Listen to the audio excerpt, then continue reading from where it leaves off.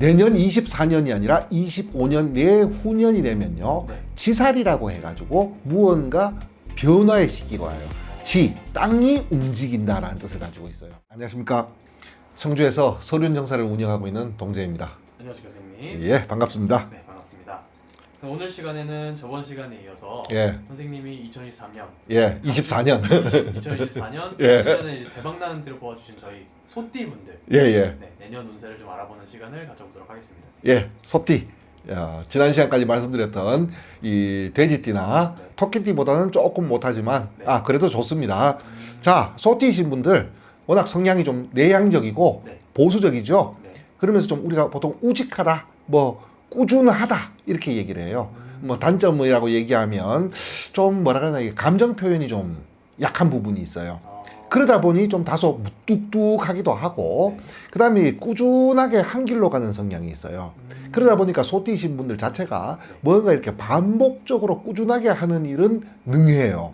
그렇지만 뭔가 진취성이라든가 좀 새롭게 뭔가 시작을 해야 되는 이런 주관적으로는 좀 약하고 그러면서 똑같은 이제 우리가 소띠, 양띠, 개띠, 용띠가 똑같은 이제 흑의 성향을 가지고 있는데 흑의 성향을 가지고 있는 분들의 공통적인 특징이 다소 약간 무뚝뚝하다는 건 없잖아 좀 있어요. 뭐 물론 겉모습은 양띠는 좀 다르긴 하지만 왜 이 뭔가 이 감추는 기질이 있어요. 그러다 보니 좀 속내를 알 수 없는 부분도 없잖아 있기도 하고 자 그러면서도 좀 낙천적이면서 또 순종적이면서 사려도 깊어요.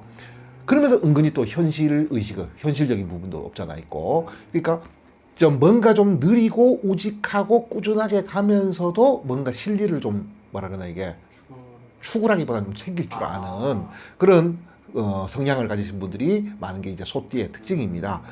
자 내년에는 이제 본인 성향은요 이제 관대라 이렇게 얘기해가지고 이제 관대 이제 공무원 시험에 합격했다 이렇게 얘기를 해요. 공무원 시험에 합격해가지고 우리가 혼인 무슨 뭐 사회 진출 그래서 좀 이런 운에서 있잖아요. 네네. 미혼이신 분들이 결혼이라든지 아니면 결혼을 할 그 배우자를 만나기도 해요. 어느 쪽이 됐든지 간에 네네. 우리가 보통 진출이라는 의미를 가지고 있어요. 네. 자, 그러다 보니까 이제 진출을 시작했으니 남은 일은 뭐예요? 이게 바로 번영, 발전.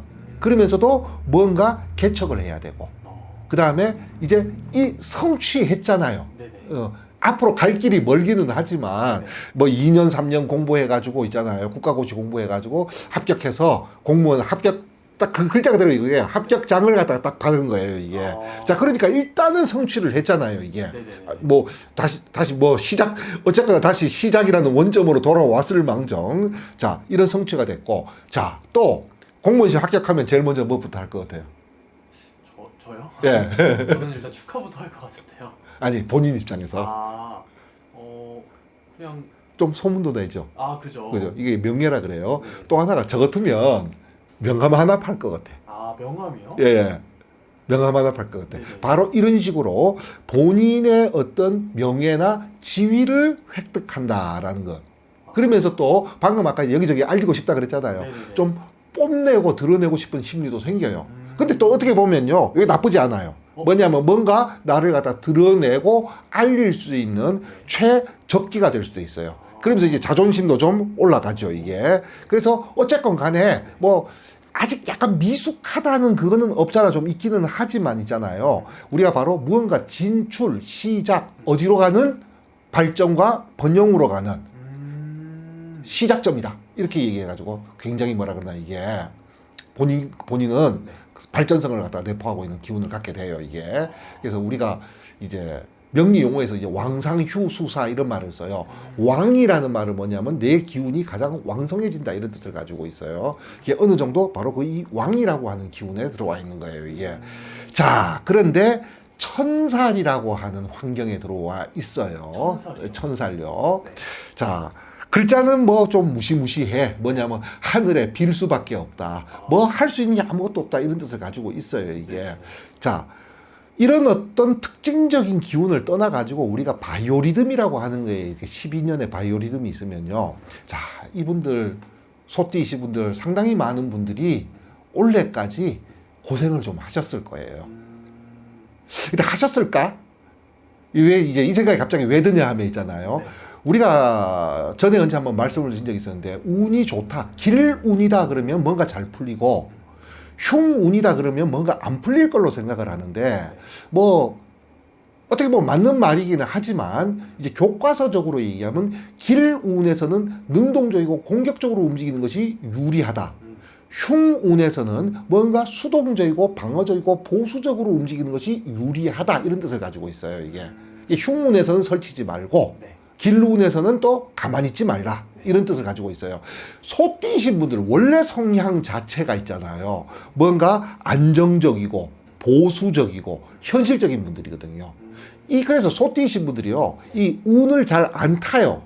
뭐냐 하면 성향 자체가 보수적이고 방어적이고 수동적이다 보니까 흉운에서도 그렇게 큰 손해를 보지 않아. 단점은 길운에서도 그렇게 큰 덕을 못 봐. 왜? 길운으로 가면 능동적이고 공격적으로 움직여야 되는데 성향 자체가 좀 그러지 못한 분들이 많거든요. 그러다 보니까 좋게 얘기하면 인생이 평탄한 거고 나쁘게 얘기하면 크게 그렇게 좋지도 않고 나쁘지도 않는 그런 성향을 가지고 있기 때문에 우리가 보통 우리가 이제 겁재천 이렇게 얘기하는 그 환경의 어떤 이 최저점을 찍는 병곡선에 있어도요, 요 다른 분들보다 있잖아요, 힘은 좀 덜 들었을 수는 있어. 이게 다만 이제 한참 상승문에서 이걸 갖다 좀 캐치를 잘 못하는 좀 그런 것도 좀 없잖아 있지만, 자, 내년 24년이 아니라 25년 내후년이 되면요, 지살이라고 해가지고 무언가 변화의 시기가 와요. 땅이 움직인다라는 뜻을 가지고 있어요.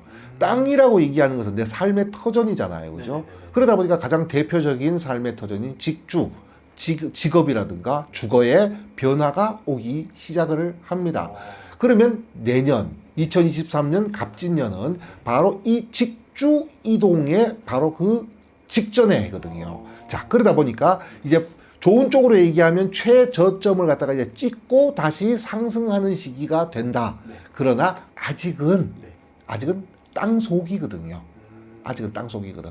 뿌리가 나고 싹이 나기 시작하지만 눈에 띄지는 아직은 않을 때이지만 어쨌건 상승의 시작점에 오기는 했고, 그리고 실질적으로 눈에 띄는 변화를 맞이하는 지살의 전해예요.